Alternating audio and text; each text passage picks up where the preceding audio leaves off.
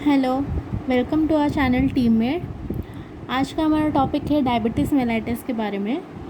सबसे पहले हम जानेंगे कि टाइप 1 डायबिटीज़ मेलाइटिस क्या होता है और टाइप 2 डायबिटीज़ मेलाइटिस क्या होता है, दोनों में डिफरेंस क्या है।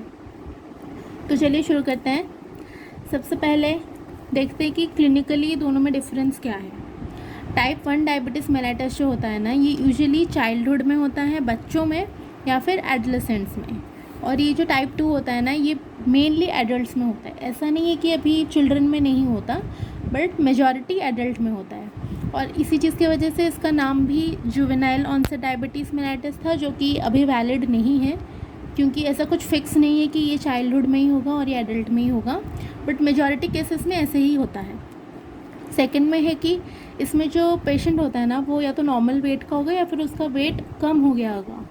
वो अपीयर कर रहा होगा, थिन स्किन ही अपीयर करेगा, क्योंकि इंसुलिन कम है तो उसका प्रोटीन कैटाबॉलिज्म हो रहा होगा मसल्स में, तो उसका मसल मास होगा ही नहीं, वो लीन एंड थीन होगा। पर यहाँ पे केस उल्टा है। यहाँ पे पेशेंट 80% पेशेंट्स ओबीस होते हैं, और क्योंकि ओबेसिटी है तभी वो एक रिस्क फैक्टर बन चुका है डायबिटीज़ के लिए।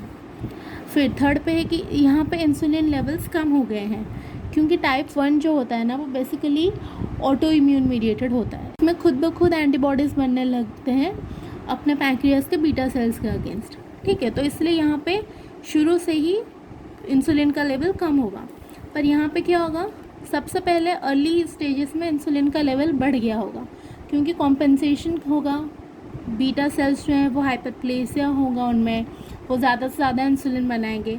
फिर लेटेस्ट स्टेज में जाते जाते या तो इंसुलिन नॉर्मल होगा या फिर डिक्रीज़ हो गया होगा। और इसी के वजह से इसका नाम था इंसुलिन डिपेंडेंट डायबिटीज़ मेलाइटिस, और ये था इंसुलिन इंडिपेंडेंट, क्योंकि यहाँ पे main drug of choice insulin है, और यहाँ पे जो मेनली हम ओरल हाइपोग्लाइसेमिक एजेंट्स देते हैं। पर अभी ये वाला क्लासिफिकेशन भी ऑब्सोलेट हो चुका है, क्योंकि इंसुलिन हम हर केस में यूज़ करते हैं, इंसुलिन हम टाइप 2 में भी देते हैं, तो इसीलिए उसका भी कोई वैल्यू नहीं है अब। और फोर्थ पॉइंट ये है कि इसमें आइलेट के अगेंस्ट में ऑटो एंटीबॉडीज़ बनते हैं, और इसमें सर्कुलेशन में हमको कोई ऑटो एंटीबॉडी नहीं मिलेंगे।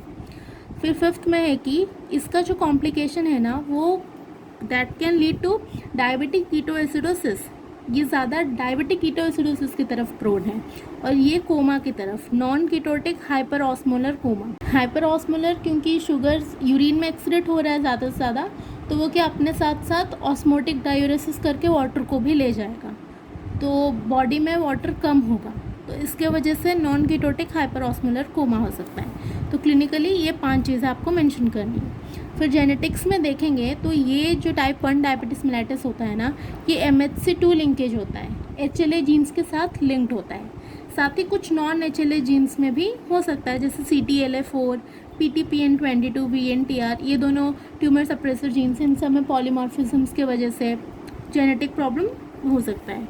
टाइप 2 में क्या हो सकता है, मेन जो डायबिटोजेनिक जीन होता है, जो ओबेसिटी के जीन जैसे TCF7L2, PPARG, इन सब के साथ लिंक्ड है, तो इसका कोई MHC लिंकेज नहीं है, इसका MHC2 लिंकेज है, साथ ही कुछ दूसरे जीन्स का पॉलीमॉर्फिज्म है, पर इसका कोई MHC लिंकेज नहीं है, ये सिर्फ डायबिटोजेनिक ओबेसिटी जीन्स के साथ ही रिलेटेड है। अब पैथोजेनेसिस में आएंगे तो इसमें क्या होता है, डिसफंक्शन होता है इन टी सेल सिलेक्शन और रेगुलेशन। जब टी सेल मैच्योर होते हैं थाइमस में, तब उनका प्रॉपर सिलेक्शन रेगुलेशन में कोई गड़बड़ होती है, जिसके वजह से सेल्फ टॉलरेंस में ब्रेकडाउन हो जाता है। सेल्फ टॉलरेंस मतलब कि वो जो सेल है, सपोज एक टी सेल है, उसको पता है कि ये मेरे खुद के बॉडी का एंटीजन है, तो मुझे इसके अगेंस्ट में कोई एक्शन नहीं लेना है, तो वो होता है सेल्फ टॉलरेंस। और यही सेल्फ टॉलरेंस जो है ना, ये ब्रेक हो जाता है। कोई भी आप ऑटो इम्यून डिजीज़ को ले लो, उसमें यही सेल्फ टॉलरेंस का ब्रेकडाउन होता है। उसके बाद इस टाइप 2 के पैथोजेनेसिस में क्या है, इंसुलिन रेजिस्टेंस हो जाता है। इसमें इंसुलिन तो नॉर्मल होता है या फिर थोड़ा सा कम होता है, बट जो रिसेप्टर्स होते हैं, जो सेल्स होते हैं, वो इंसुलिन के अगेंस्ट रेजिस्ट हो जाते हैं, वो इंसुलिन को एक्सेप्ट नहीं करते। पेरिफेरल टिश्यूज़ में ऑल्सो फेलियर ऑफ कंपेंसेशन, क्योंकि शुरू में तो बीटा सेल में हाइपरप्लेशिया होगा, वो ज़्यादा से ज़्यादा इंसुलिन बनाएगा। अब क्योंकि इंसुलिन का कंसंट्रेशन बहुत ज़्यादा होगा, तो थोड़ा बहुत सेल अपटेक करेगा ही, लेकिन फिर जब इसे लॉन्ग टाइम तक चलता जाएगा तो कंपेंसेट नहीं कर पाएगा और फेलियर हो जाएगा, बीटा सेल्स एग्जॉस्ट कर जाएंगे। तो तब इंसुलिन का भी थोड़ा सा कम हो सकता है, ये देखिए डिक्रीज़ हो सकता है, और साथ ही जो रेजिस्टेंस है वो और ज़्यादा डेवलप कर जाएगा। अब इसके पैथोलॉजी में आए तो क्योंकि इसमें ऑटो एंटीबॉडीज़ वगैरह होते हैं, इन्फ्लेमेशन होता है, इंसुलाइटिस होगा। इंसुलाइटिस में आपको जो सेल्स है वहाँ पे टी सेल्स, मैक्रोफेजेस ये सब देखने को मिलेंगे। बीटा सेल का डिप्लीशन हो जाएगा क्योंकि एंटीबॉडीज़ उसको मार देंगे, ऑटो एंटीबॉडीज़। आईलेट का ट्रॉफी हो जाएगा, ठीक है। यहाँ पे क्या होगा, यहाँ पे इंसुलाइटिस होता है, यहाँ पे नो इंसुलाइटिस। यहाँ पे बीटा सेल का डिप्लीशन होता है, बट यहाँ पे माइल्ड डिप्लीशन होगा। तब होगा जब वो बीटा सेल एग्जॉस्ट कर गया होगा, तब जाके थोड़ा सा डिप्लीशन होगा।